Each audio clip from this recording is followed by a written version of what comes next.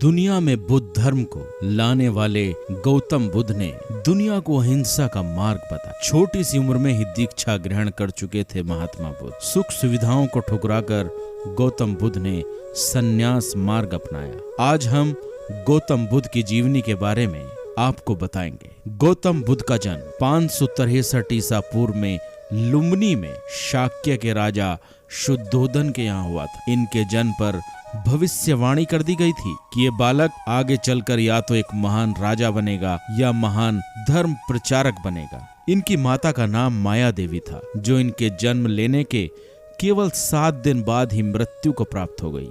जिसके बाद बुद्ध के पिता ने बुद्ध की मौसी गौतमी से विवाह कर लिया।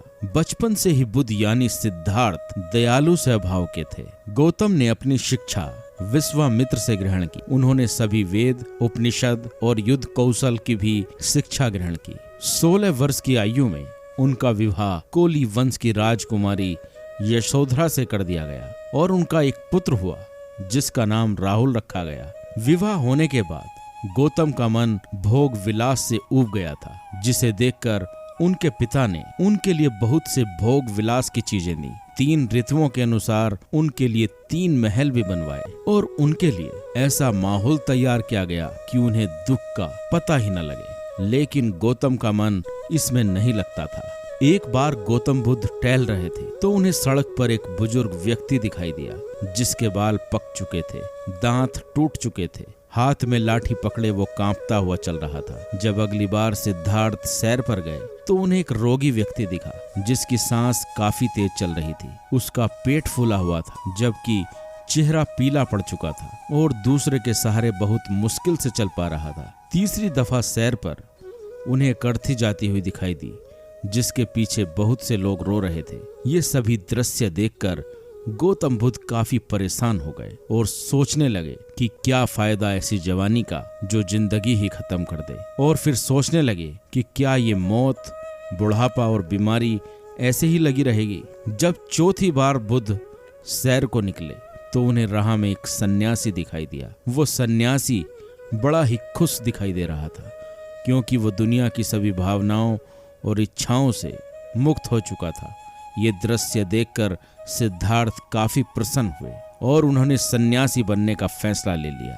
सन्यासी बनने का फैसला करने के बाद सिद्धार्थ अपने नगर को छोड़कर चले गए। उन्हें जहां से भी ज्ञान की प्राप्ति होती वो ग्रहण कर लेते। उन्होंने आसन लगाना सीख लिया और साधना भी करने लगे थे।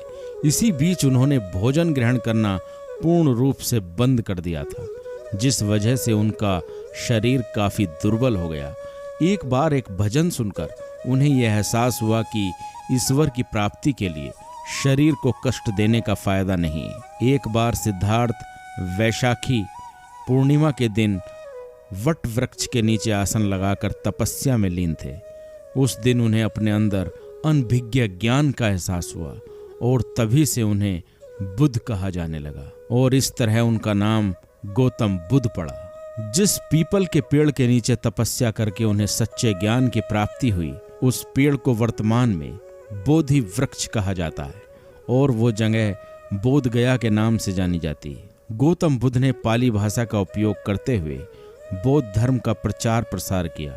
गौतम बुद्ध के विचारों को सबने माना और उन्हें हर किसी से आदर प्रेम मिला। महात्मा बुद्ध ने कहा था कि व्यक्ति को जीने के लिए हमेशा सरल मार्ग ही अपनाना चाहिए। बुद्ध धर्म में किसी भी जातिवाद को स्थान नहीं दिया जाता था। गौतम बुद्ध ने सबसे अहिंसा के मार्ग को अपनाने को कहा और सभी मनुष्य और जीव जंतुओं को समान दर्जा देने के लिए कहा। उनसे प्रेरणा लेकर उनके पिता और पुत्र ने भी बुद्ध धर्म को अपनाया। 80 वर्ष की आयु में उन्होंने निर्वाण ले लिया।